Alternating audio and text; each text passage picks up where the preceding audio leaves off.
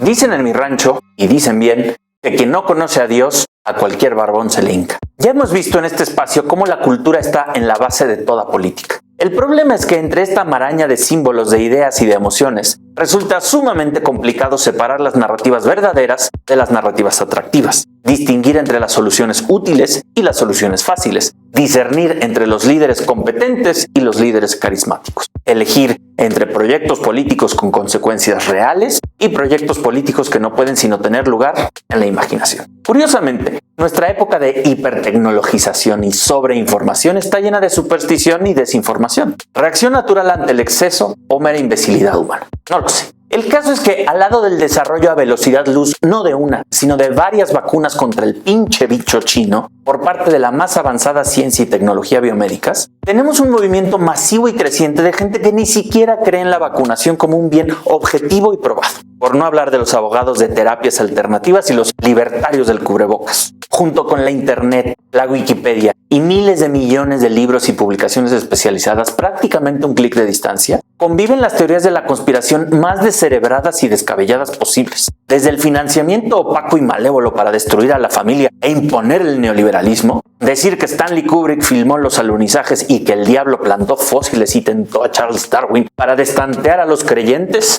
o bien que la CIA tiró las Torres Gemelas y que el Holocausto es un invento hollywoodense. Muy bien. Dígale gracias al señor Torres. No sorprende, por tanto, que haya tanto charlatán encumbrado, tantos idiotas con fama y tantas opiniones falsas que pasan por hechos alternativos. Porque como bien dicen en mi rancho, aunque sea del mismo barro, no es lo mismo bacín que jarro. Marx decía que la religión es el opio del pueblo. Quizá hoy más bien la política es el opio, y la heroína, y la cocaína, todo junto. En efecto, es inevitable que la política coincida con fenómenos propiamente religiosos, como la esperanza que detona el sufrimiento. Ordinary South Africans are determined that the past be known, the better to ensure that it is not repeated. They seek this, not out of vengeance, but so that we can move into the future together. La indignación que nace de la injusticia. The terrorists thought that they would change my aims and stop my ambitions. But nothing changed in my life except this. Weakness, fear, and hopelessness died. Strength, power, and courage was born. El sentido que proveen los símbolos.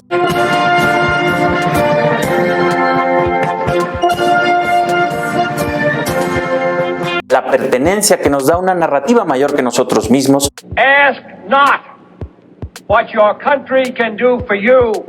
Ask what you can do for your country. O la confianza que nos despierta un líder carismático. Yes, we can. Yes, we can.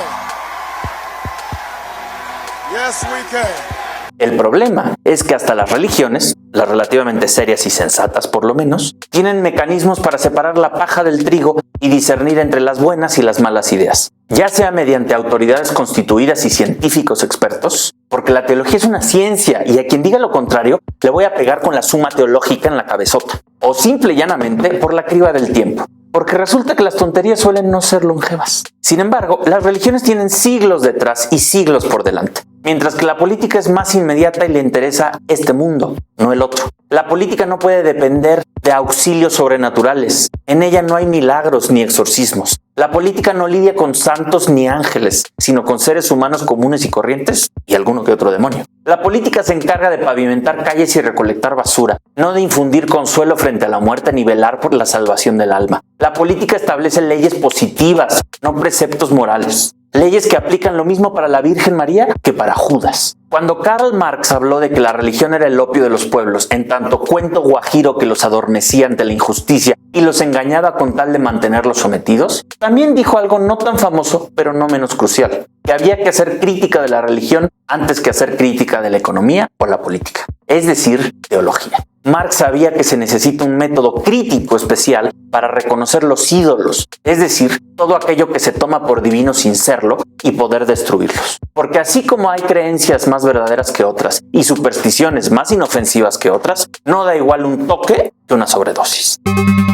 La tarea política de la cultura es, entonces, combatir a los ídolos, y a los idolillos. Es verdad que la política tiene una dimensión mucho más afectiva que racional y simbólica que ideológica. Ya hemos aprendido, a la mala, que la gente común vota por una historia, no por un programa, por la simpatía hacia un candidato o la antipatía hacia otro, no por ideas. Que los militantes o simpatizantes de un partido político se comportan más como hinchas de un equipo deportivo o feligreses de una secta.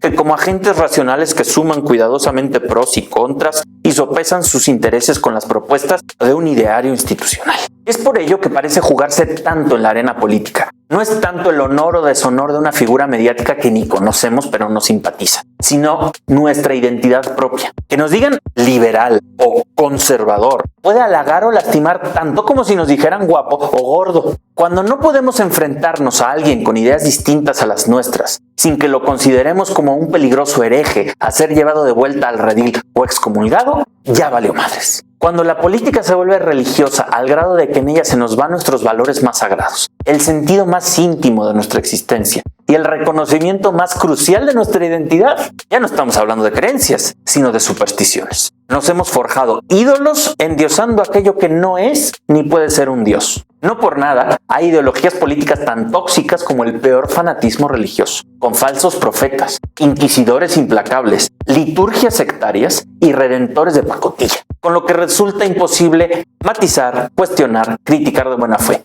Ya no digamos siquiera enfrentar las verdades más elementales o dolorosas. Viene al caso, pues, tomarnos estas fiestas decembrinas atípicas como oportunidad de desintoxicación. El invierno y el confinamiento pasarán pronto. Mientras tanto, podemos aprovechar el silencio y la calma para limpiar nuestra cabeza de opiáceos ideológicos y desterrar de nuestros afectos a los idolillos que nos ofrecen una salvación que no está en sus manos darnos. Quizá valga la pena entonces recordar cómo una de las narrativas más importantes de la historia de Occidente, si no es que la más importante, es la de un redentor que nace impotente y perseguido en un establo, un rey que vive en la pobreza y el anonimato, y un Dios que muere horriblemente entre burlas y ladrones. Lo bueno es que su historia, dicen, no terminó allí. Como tampoco la nuestra concluirá con la pandemia, ni la política se agotará con los falsos idolillos. De parte de todo el equipo de Política de a Pie, felices fiestas.